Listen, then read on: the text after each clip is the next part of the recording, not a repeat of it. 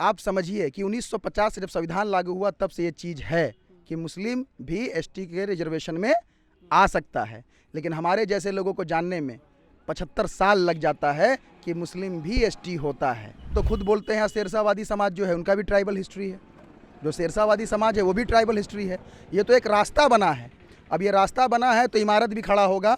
कई सारे मुस्लिम जातियों को भी एसटी रिजर्वेशन मिलना चाहिए और उसमें सबसे पहला अगर किसी को मिलना चाहिए तो शेरशाहवादी समाज को जो है एसटी का रिजर्वेशन मिलना चाहिए। जिस कम्युनिटी से हम आते हैं वो कम्युनिटी काफ़ी डरा हुआ कम्युनिटी रहता है। अगर आप कैमरा माइक लेकर चले जाइएगा तो अपने बारे में कोई इन्फॉर्मेशन भी देने से वो डर जाएंगे। प्रशांत जी चाह रहे थे, चूँकि हम महसूस किए इस बात को, वो चाह रहे थे हम चुनाव लड़े, लेकिन मेरे खिलाफ एक लॉबी तैयार हुआ यहाँ पर। लॉबी क्या तैयार हुआ कि यहाँ जो 4-5 कैंडिडेट थे, जो आदिवासी कैंडिडेट थे, जो दावेदार थे, जिन्होंने पार्टी में रजिस्ट्रेशन किया था, ये लोग को हम डाइजेस्ट नहीं हो रहे थे।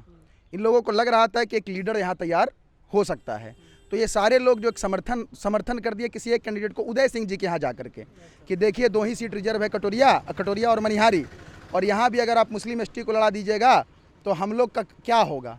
आपकी जाति बंजारा आपने बताया, तो बिहार में कौन कौन सी ट्राइबल मुस्लिम जातियां हैं, आदिवासी मुस्लिम जातियां हैं बिहार में, उनकी संख्या क्या है, उनकी स्थिति क्या है, इस पर थोड़ा बताइए। अपने पापा से पूछते थे, कोई लोग हम लोग को बोलता था कि चिड़ी मारने वाला जात है, कोई लोग बोलता था शिकारी है, कोई तरह तरह की बातें जो होता है ना अजीब अजीब ऐसा। तो हम पूछते थे हम लोग हैं कौन। सीमांचल कोसी का इकलौता पहाड़ भी है आपको जहाँ मजार शरीफ है। आप पूरे भारत में मजार शरीफ कहीं भी घूम कर चले जाइए किसी मजार पे, आसपास के लोग आपको गरीब नहीं दिखेंगे, रौनक दिखेंगे, लेकिन इस इलाके के लोग में मजार के आसपास कहीं रौनक नहीं आपको दिखेगा। विधायक जी अपने हिसाब से प्रयास किए थे किसी तरह मेरा नामांकन रद्द हो जाए, लेकिन जो संविधान में है, जो कानून में है, तो हम पढ़े लिखे लोग हैं, तो अपना लड़ाई तो हम लड़के ही हासिल करेंगे। तो लड़के हासिल कर लिए, नामांकन स्वीकार हुआ और आज हम चुनावी मैदान में हैं।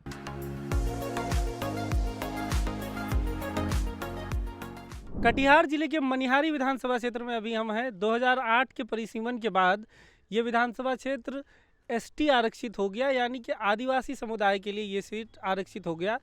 तब से यहाँ से कोई भी मुस्लिम चुनाव नहीं लड़ रहा था, और इस बार 2025 चुनाव में पहली बार यहाँ से कोई मुस्लिम उम्मीदवार, आरक्षित होने के बाद कोई मुस्लिम उम्मीदवार सैफ अली खान के रूप में इस इलाके में है।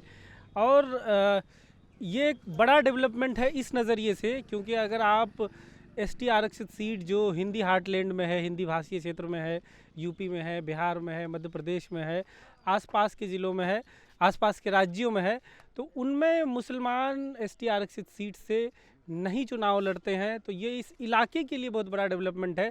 ज़्यादातर इस तरह की चीज़ें जो एसटी आरक्षित सीट से जो मुस्लिम एमएलए एमपी बनते हैं वो जम्मू कश्मीर और लक्षद्वीप 2 ही जगह पर देखने को मिलता है। ऐसे में ये एक बहुत बड़ा डेवलपमेंट है जो बहुत लोगों के नज़र में अभी नहीं आ पाया है। तो इनसे हम पूरी सफ़र के बारे में जानकारी लेंगे, क्यों ये चुनाव लड़ रहे हैं, किस जाति से आते हैं, कैसे ये मुमकिन हो पाया, हर एक चीज़ से सैफ अली खान से बात करेंगे। सैफ अली खान फ़िलहाल एनसीपी पार्टी के प्रत्याशी हैं मनिहारी एसटी सीट से। सैफ भाई, सबसे पहले शुरू करते हैं, ये बताइए आप किस जाति से आते हैं? और ये बहुत लोग अब भी नहीं मानने को तैयार होते हैं कि कोई एसटी आरक्षित सीट से कोई मुस्लिम चुनाव लड़ सकता है। आपने कैसे सोचा, आपको पहले कहाँ से ये जानकारी मिली, और संविधान के अंदर इसको लेकर क्या क्या प्रावधान है? बहुत बहुत शुक्रिया तंजील भाई। असल में ये बात हमको लगभग 2014-15 में पता चला था कि मुस्लिम एसटी होता है। हमारे एक भाई हैं ज़मीरुद्दीन, सुपौल ज़िले के हैं, तो वो पहले क्लर्क थे डीएम ऑफिस में। तो उन्होंने गजट पढ़ा कि एससी कम्युनिटी जो है उसमें आपको मुस्लिम छोड़कर सभी धर्म के लोग हो सकते हैं, लेकिन ट्राइबल जो है वो किसी भी धर्म को मानने वाले लोग हो सकते हैं। तो उन्होंने जाति के लिए जब आवेदन किया कि हम तो जाति से बंजारा हैं, तो आवेदन जब उन्होंने ज़मीर भाई किया तो सीओ मानने को तैयार नहीं, एसडीओ मानने को तैयार नहीं, यहाँ तक कि जो डीएम है वो मानने को तैयार नहीं। तब हमारे भाई ने CWC कोर्ट में आपको रिट दाखिल किया इन लोगों के खिलाफ। हाई कोर्ट ने जजमेंट दिया ये कि नहीं, शेड्यूल ट्राइब किसी भी धर्म को मानने वाले लोग होते हैं, आप इन लोगों का भौतिक सत्यापन कीजिए और जाति प्रमाण पत्र निर्गत कीजिए। उसके बाद जब सुपौल में हमारे भाइयों का बनना शुरू हुआ, फिर उसके बाद हमारे भाई जो है फॉरबिसगंज में आए कि भाई अब तो अधिकार हर जगह छीनना है, अधिकार देने को तैयार नहीं, हम लोग को छीनना पड़ेगा। तो जब फॉरबिसगंज में हम लोग आए तो फिर भौतिक सत्यापन फॉरबिसगंज में भी हुआ, जांच पड़ताल हुई, सारी चीज़ साक्ष्य दिए कि भाई होता है ट्राइबल, हम लोग एसटी हैं, जाति से बंजारा हैं। उसके बाद भौतिक सत्यापन करने के बाद मेरे जो कबीले के जितने भी लोग हैं 100-200 परिवार जो हैं उन सभी लोगों का जाति प्रमाण पत्र निर्गत हो गया। आज बहुत सारे लोग इसी सर्टिफिकेट से आरक्षण की वजह से भी बहुत सारे लोग सरकारी पदों पर हैं। चूँकि हम छात्र राजनीति करते थे, फार्गुसन कॉलेज में हम प्रेसिडेंट का चुनाव भी लड़े थे, तो मेरे दिमाग में चल रहा था कि 2 सीट जो है रिजर्व है बिहार में, मनिहारी और कटोरिया। तो मनिहारी क्या है कि मनिहारी में 2011 के जनगणना के हिसाब से लगभग 38-40% मुस्लिम आबादी है और कटोरिया में 15-17% ही था। तो मेरे दिमाग में मनिहारी चला कि नहीं, मनिहारी जो है यहाँ से अगर चुनाव लड़ा जाए तो हम लोग जीत सकते हैं चुनाव। तो 2020 में हम आए थे मनिहारी, मेरा उम्र 25 साल हुआ नहीं था।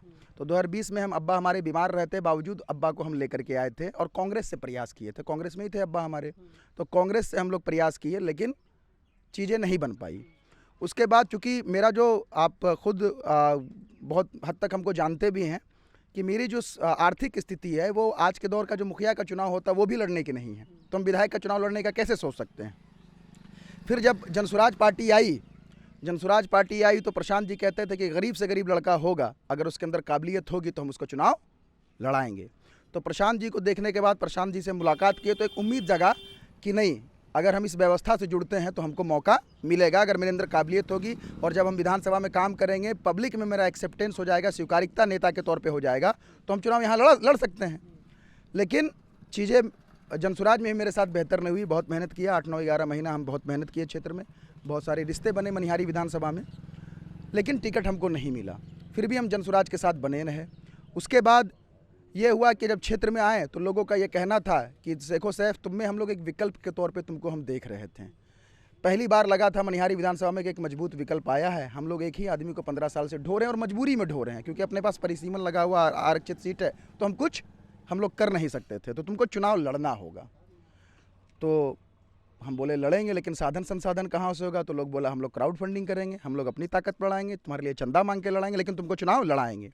उसके बाद हम MIM से प्रयास किए कि MIM हमको यहाँ से टिकट दे दे, लेकिन अख्तर साहब का ये कहना हुआ कि नहीं, वहाँ चुनाव जो है MIM नहीं लड़ेगी। आखिरी लास्ट टाइम में, तब तक हमारी बात हो रही थी अगर चुनाव MIM मनिहारी लड़ेगी तो सैफ तुम हमारे उम्मीदवार हो गए, अख्तर साहब ने हमसे कहा था।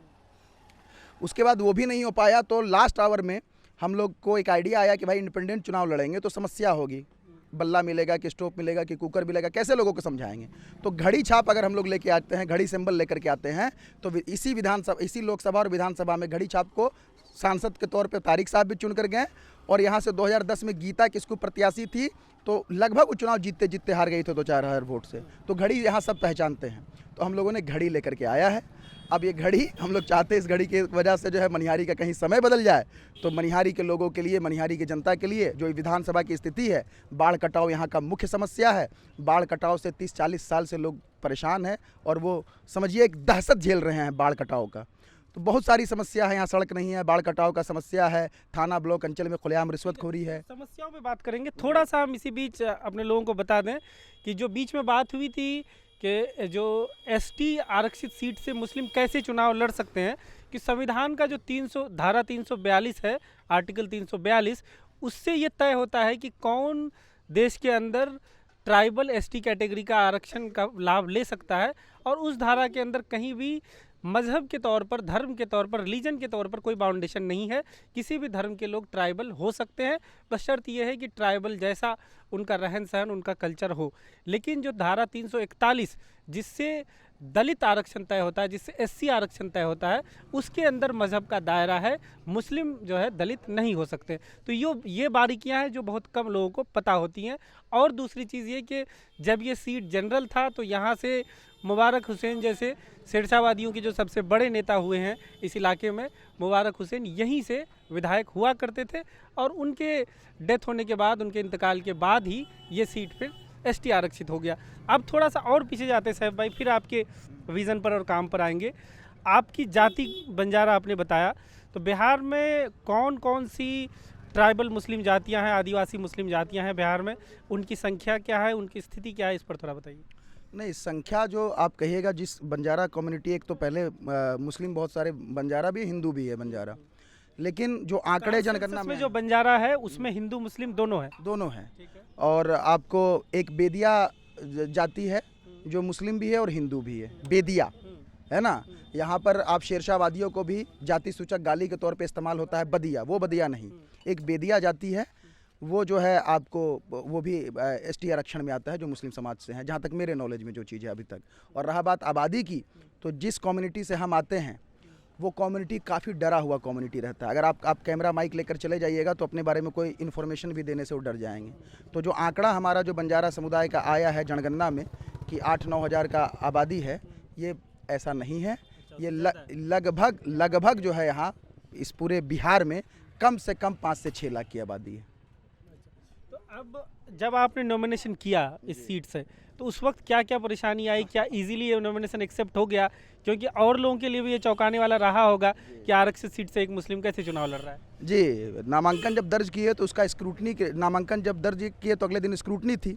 तो स्क्रूटनी में सारे जो प्रत्याशी थे उनको बुलाया गया, तो नामांकन देखे सारा कुछ जो हमारे निर्वाचन पदाधिकारी जो एसडीओ भी हैं अनुमंडल के, उन्होंने कहा कि सैफ अली खान का नामांकन स्वीकार किया जाता है, आप जा सकते हैं, हम चले आए। 2 घंटे के बाद मेरे नामांकन पर कांग्रेस द्वारा आपत्ति दर्ज किया गया कि ये फर्जी जाति प्रमाण पत्र है और मुस्लिम एसटी होता नहीं है, इसका नामांकन आपको रद्द करना पड़ेगा। तो हमको सूचना मिला तो दोबारा गए, तो एक पेपर लेके कांग्रेसी लोग वहाँ दिखा रहे थे एसडीओ साहब को, जो निर्वाचन पदाधिकारी भी हैं। उसमें आरओ लेवल पर मेरा जाति को 13 अक्टूबर को निरस्त किया गया था। ध्यान दीजिए, आरओ लेवल पर उस जाति को 13 अक्टूबर को निरस्त किया गया। रीजन बताया गया था उसमें? रीजन कोई रीजन नहीं, कोई रीजन नहीं था, कोई काउज नहीं दिया गया था, बस निरस्त कर दिया गया था। वही पेपर कांग्रेस वाले लोगों ने लगाया वहाँ। तो एसडीओ साहब ने कहा इसका जाति डीएम तक बना हुआ है और आरओ सक्षम पदाधिकारी ही नहीं है कि डीएम का बना हुआ जाति को आरओ जो है वो निरस्त कर दे। फिर इन लोगों ने विधायक को बुला लिया, जो स्थानीय विधायक हैं यहाँ मनोहर प्रसाद जी, वो एकदम डटे रहे कि नहीं, इसका प्रमाण पत्र फर्जी है, मुस्लिम एसटी लड़ ही नहीं सकता है चुनाव, आप इसका जाँच कीजिए। तो जो ऑब्जर्वर आए हुए थे निर्वाचन का, वो लोग डिस्कस किए कि एक बार कर लिया जाए। तो उन्होंने हमारे जो फारबिसगंज के जो अंचलाधिकारी हैं, जो सीओ, उनको फ़ोन किया कि भाई फरवरी में ये आवेदन करता है जाति के लिए, मार्च में आप जो है बना देते हैं, डीएम तक जो है आपको 7-8 मार्च तक बन जाता है। ऐसा क्या घटना घटित हो गई बिना काउज की आप जो है 12 अक्टूबर के इसका जो है जाति निरस्त कर दे रहे हैं आरओ लेवल पर, और अगर कर दे रहे हैं तो कोई काउज भी नहीं दे रहे हैं, और आप अगर सक्षम है तो हमको बता दीजिए आप कर सकते हैं कौन सा कानून में। तो हमारे सीओ साहब बोले रहे कर रहे हैं, करवा रहे हैं, देख रहे हैं, दिखवा रहे हैं। करते करते जो है रात का 8 बज गया, विधायक जी कुर्सी लगाकर वहाँ बैठे रहे। जब रात 8 बज गया तो पूरे बिहार में स्क्रूटनी हो गया था, लेकिन मनिहारी को रोक के रखा गया, कहा कि अगले दिन 9 बजे इस पर सुनवाई होगा, हम लोग इन्फॉर्मेशन ले रहे हैं। फिर रात में हमारे सीओ साहब से किसी ने बात कराया तो हमको सीओ साहब का यही जुमला था, ए महाराज, जब आपके ऊपर इतना साजिश हो रहा था तो आप सो रहे थे? तो हम बोले हम सो नहीं रहे थे, हम निश्चिंत थे। सांच को आज कैसा, आप हमारे पदाधिकारी हैं तो आपको तो गर्व महसूस होना चाहिए कि 150 किलोमीटर दूर आकर एक नौजवान लड़का, उसका नामांकन रद्द कराने के लिए इतना साजिश किया जा रहा है। तो ठीक है, आपका हम कर दे रहे हैं, करके बढ़िया से भेज दे रहे हैं। तो विधायक जी अपने हिसाब से प्रयास किए थे किसी तरह मेरा नामांकन रद्द हो जाए, लेकिन जो संविधान में है, जो कानून में है, तो हम पढ़े लिखे लोग हैं, तो अपना लड़ाई तो हम लड़के ही हासिल करेंगे। तो लड़के हासिल कर लिए, नामांकन स्वीकार हुआ और आज हम चुनावी मैदान में हैं। अब जब आप चुनावी मैदान में हैं तो ये अब जब आप कैंपेनिंग कर रहे हैं तो क्या ये लोगों को समझाना आपके लिए कितना मुश्किल पड़ रहा है, या कोई ऐसे लोग मिल रहे हैं जो आप भी इस चीज़ को समझ नहीं पा रहे हैं कि आरक्षित सीट से आप कैसे चुनाव? हाँ, सवाल आता है और रोज़ आता है, रोज़ इन सवालों से 2-4 होते हैं कि ये कैसे संभव हुआ, और लोगों में एक्साइटमेंट भी होता है, लोग जानना चाहते हैं, जिज्ञासा जगती कि ये तो सोचे नहीं थे, ये कैसे हो गया। जब हमको खुद पता चला था ना भैया, तो मेरे पैर के नीचे से ज़मीन, मतलब ऐसा लगता कंपन शुरू हो गया था। क्योंकि आप समझिए कि 1950 से जब संविधान लागू हुआ तब से ये चीज़ है कि मुस्लिम भी एसटी के रिजर्वेशन में आ सकता है, लेकिन हमारे जैसे लोगों को जानने में 75 साल लग जाता है कि मुस्लिम भी एसटी होता है। आप ये समझिए कि हम मुस्लिम समाज के अंदर जो है एजुकेशन को लेकर, अपने अधिकारों को जानने को लेकर अभी भी बहुत सारी समस्या है। बहुत सारे ऐसे अधिकार है जो मिला ऑलरेडी है पहले से, लेकिन हम उनको जानते नहीं हैं ना, उसको हम अगर जानते भी हैं तो उतनी ताकत, उतनी सक्षमता नहीं होती कि उस अधिकार को हम हासिल कर पाएँ। आपके चुनाव लड़ने की वजह से लग रहा है कि कुछ इस जागरूकता आ रही है कि एसटी आरक्षण का लाभ मुस्लिम समाज ले सकते हैं, या जो जातियां उस कैटेगरी में आ सकती हैं वो इसको लेकर प्रयास करेंगे? बिल्कुल, हम तो खुद बोलते हैं, शेरशाहवादी समाज जो है उनका भी ट्राइबल हिस्ट्री है, जो शेरशाहवादी समाज है वो भी ट्राइबल हिस्ट्री है। ये तो एक रास्ता बना है, अब ये रास्ता बना है तो इमारत भी खड़ा होगा। कई सारे मुस्लिम जातियों को भी एसटी रिजर्वेशन मिलना चाहिए, और उसमें सबसे पहला अगर किसी को मिलना चाहिए तो शेरशाहवादी समाज को जो है एसटी का रिजर्वेशन मिलना चाहिए। इस रिजर्वेशन की वजह से आपको लगता है कि आपके समाज को कितना लाभ मिल पाया है अब तक? हमारे समाज में तो पढ़ाई लिखाई ही बहुत कम है, हम जिस कबीले में रहते हैं, जहाँ हमारा घर है, लगभग 100 परिवार हम लोग रहते हैं। हम लोगों ने प्रयास किया है कि जो स्थानीय यहाँ नज़दीक में जो भी प्राइवेट स्कूल है, हमारे बच्चे वहाँ फ्री में जो है एजुकेशन ले रहे हैं, शिक्षा ले रहे हैं। वो सिर्फ इस रिजर्वेशन की वजह से भी संभव हो पाया है। और बहुत सारे लोग जो पढ़ लिख पा रहे हैं वो नौकरी में भी जा रहे हैं, तो मदद तो मिल ही रही है। नामांकन रोकने के अलावा अब क्या कैंपेनिंग के दौरान आपके विरोधियों की तरफ से किसी तरह का कटाक्ष या किसी तरह का प्रॉब्लम आपके लिए क्रिएट किया जा रहा है? हाँ, वो तो स्वाभाविक सा बात है। पहले तो ये लोग हमको बाहरी कह रहे थे, विरोधी लोग, कि बाहरी है। वो तो खैर आम चुनावी हाँ, मुद्दा हर बाहरी जगह है। जाति को लेकर कुछ या धर्म को लेकर? नहीं, जाति धर्म को लेकर ऐसा कुछ नहीं है, लेकिन मूल आदिवासी का एक नारा दिया गया है कि भैया हम फर्जी आदिवासी हैं, मूल आदिवासी नहीं है। वो लोग हमको मुसलमान समझ रहे हैं, आदिवासी समझने में उनको समस्या हो रही है। ये है बंजारा जाति का थोड़ा हिस्ट्री आप बता सकते हैं कि बंजारा जाति कहाँ से आते हैं और कैसे, कब ये स्टेटस मिला, एसटी का दर्जा कब मिला, और हिस्ट्री अगर थोड़ा कुछ बता सकें? ये आपको 1956 से है। 1956 से ही है, 56 में ही रिजर्वेशन मिल गया था कि अच्छा, बिहार में और झारखंड में एसटी है। फिर आप अगर बगल में यूपी में चले जाइएगा तो एससी है, वहाँ मुसलमान हो ही नहीं सकते हैं। आप मुंबई चले जाइएगा तो VJNT कह के एक अलग से आरक्षण है जो बंजारा कम्युनिटी है। तो हर जहाँ जहाँ अलग अलग राज्यों में अलग अलग तरह का सामाजिक श्रेणी में इसको रखा गया है। रहा बात इतिहास का, तो ये कह लीजिए कि इतिहास का, जैसे हमारे दादा परदादा अगर बात कीजिएगा तो उसमें कोई लिखने पढ़ने वाले लोग तो थे नहीं जो कहीं कुछ डेटा रहेगा। बस ऐसे ही चलता आ रहा है। हमको पता है कि मेरा भी जन्म तंबू में ही हुआ है, टेंट में ही हुआ है। बस मेरे जन्म के बाद पापा हमारे जो है मुख्य धारा में आए, ज़मीन लिया, 2 डिसमिल ज़मीन लेकर फार्बिजन में घर बनाए और ख़ुद घर बनाए, और बाकी जो अपने कबीले के लोगों को थे उनको प्रेरित किया कि भाई समाज की मुख्य धारा से जुड़ते हैं, कब तक इस तरह से घूम के जीवन यापन होगा, बच्चा तो पढ़ लिख नहीं पाएगा। तो समझिए मेरे माँ बाप मेरे लिए फरिश्ता है कि उन्होंने हम सभी भाई बहनों को पढ़ा लिखा दिया, और पढ़ा लिखा दिया तो आज की स्थिति देख लीजिए, एजुकेशन है, तब आज विधानसभा के प्रत्याशी हमें। तो बचपन की कुछ उस तरह की याददाश्त है कि जैसे जो वो जीवन है टेंट में? ये याददाश्त है, एकदम याददाश्त है। हम अपने अब्बा से बोला करते थे, क्योंकि मैंने किताब भी लिखी अपनी कम्युनिटी पे, जिसका इनॉग्रेशन मुख्यमंत्री नीतीश कुमार जी किए थे, क्या नाम है किताब का? खाना बदोश कहानी संघर्ष की। तो उसमें पापा का संघर्ष है, पापा का संघर्ष को ही उस कहानी में लिखे हैं। तो हम अपने पापा से पूछते थे, कोई लोग हम लोग को बोलता था कि चिड़ी मारने वाला जात है, कोई लोग बोलता था शिकारी है, कोई तरह तरह की बातें जो होता है ना, आज अजीब अजीब ऐसा। तो हम पूछते थे हम लोग हैं कौन, अलग अलग बात लोग बोलते हैं। तो जिस हम कबीले से आते हैं, बंजारा जो है, ये लोगों ने, समाज ने बोला है कि ये बंजारा है। असल में मेरे जो जिस कबीले से हम आते हैं उस कबीले का नाम तुर्कुटा है। अलग अलग कबीला हम लोग में बटा हुआ है, अलग अलग कबीलों का नाम है हमारा। तो जिस कबीले से हम आते हैं उस कबीले का नाम तुर्कुटा है। बंजारा तो समाज ने नाम दिया है, और यही बात है एक्चुअल में। चलिए, तो आप वापस यहाँ के मुद्दों पर आते हैं, क्योंकि आप काफ़ी दिनों से इस इलाके में लगे हुए हैं। तो मनिहारी के मूल मुद्दे क्या हैं, विज़न क्या है आपका? मनिहारी का मूल मुद्दा बाढ़ और कटाव है भैया। 30-40 साल से ये पूरा विधानसभा सिकुड़ कर एकदम छोटा होता जा रहा है बाढ़ कटाव की वजह से। और विस्थापन ऐसा समस्या है कि देख लीजिए, बांध है ना, आप घूम लीजिए, सब लोग विस्थापित लोग हैं जो बांध किनारे हैं। किसी को बास्केट पर्चा तक नहीं मिला है। किसी डर में लोग जीते हैं कि कब आएगा सरकारी लेटर, आ जाएगा कब हम लोग को भगा देगा। बाढ़ और विस्थापन सबसे बड़ा समस्या है। सड़क पुल पुलिया जो है नाम मात्र का है, और सड़क कहीं अगर बना भी है तो 1 साल में ही टूट जा रही है। उसके पीछे बड़ा रीज़न है, जो संवेदक है यहाँ पर उसको पता है कि बाढ़ कटाव तो हर साल यहाँ होना है, तो सड़क ऐसा ही बनाता है कि बाढ़ कटाव पे ठिकरा फोड़ दे कि भैया बाढ़ कटाव में सड़क काट करके ले गया। तो बाढ़ कटाव सड़क मुद्दा है ही यहाँ सबसे।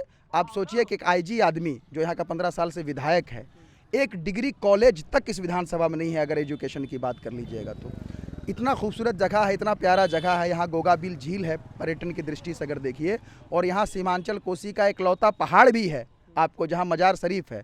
आप पूरे भारत में मजार शरीफ कहीं भी घूम कर चले जाइए, किसी मजार पे आसपास के लोग आपको गरीब नहीं दिखेंगे, रौनक दिखेंगे। लेकिन इस इलाके के लोग में मजार के आसपास कहीं रौनक नहीं आपको दिखेगा। अगर हम लोग मजार को भी सौंदर्यीकरण कर दे, अगर हम उसको उस पहचान दिला दे जो पहचान उसको चाहिए, और यहाँ का जो गंगा घाट है वो कोसी सीमांचल बंगाल के लिए दूसरा काशी कहा जाता है। यहाँ बहुत सारे श्रद्धालु जो है मंगलिक कार्य के लिए आते हैं। तो पर्यटन की दिशा में भी अगर हम लोग चाहें प्रयास करें तो यहाँ से रोजगार का भी अवसर दिया जा सकता है, और पर्यटन की दृष्टि से भी एक स्थापित किया जा सकता है, एक पहचान मनिहारी को दिलाया जा सकता है।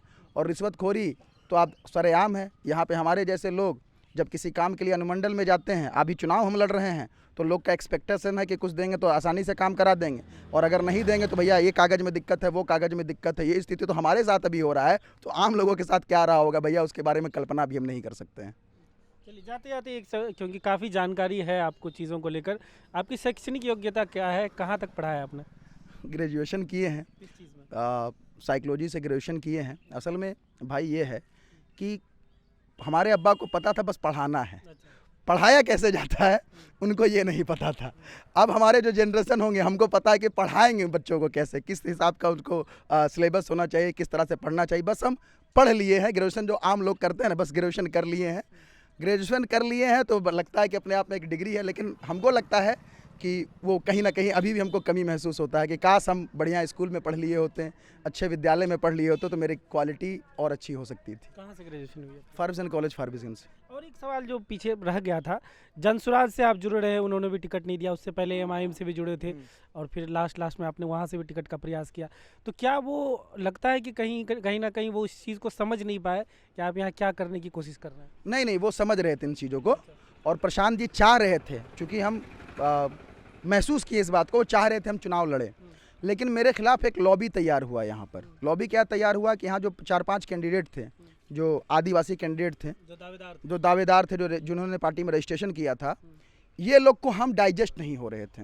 इन लोगों को लग रहा था कि एक लीडर यहाँ तैयार हो सकता है, तो ये सारे लोग जो एक समर्थन कर दिए किसी एक कैंडिडेट को, उदय सिंह जी के यहाँ जा करके, कि देखिए 2 ही सीट रिजर्व है, कटोरिया और मनिहारी, और यहाँ भी अगर आप मुस्लिम एसटी को लड़ा दीजिएगा तो हम लोग का क्या होगा। 5 प्रत्याशी ये कहा कि अपना कुर्बानी हम लोग दे रहे हैं अपने आदिवासी समाज को प्रतिष्ठा दिलाने के लिए, तो इन लोगों ने विड्रॉल किया वहाँ जाकर उदय सिंह जी के यहाँ कि हम लोग बबलू सोरेन को समर्थन देते हैं, बस हाथ जोड़ते हैं, सैफ अली खान प्रत्याशी नहीं होना चाहिए, बाकी आप किसी भी आदिवासी को प्रत्याशी बना दीजिए। आपके सिर्फ मुस्लिम होने की वजह से ये बिल्कुल सिर्फ मुसलमान होने का सजा मिला है, बाकी कुछ नहीं।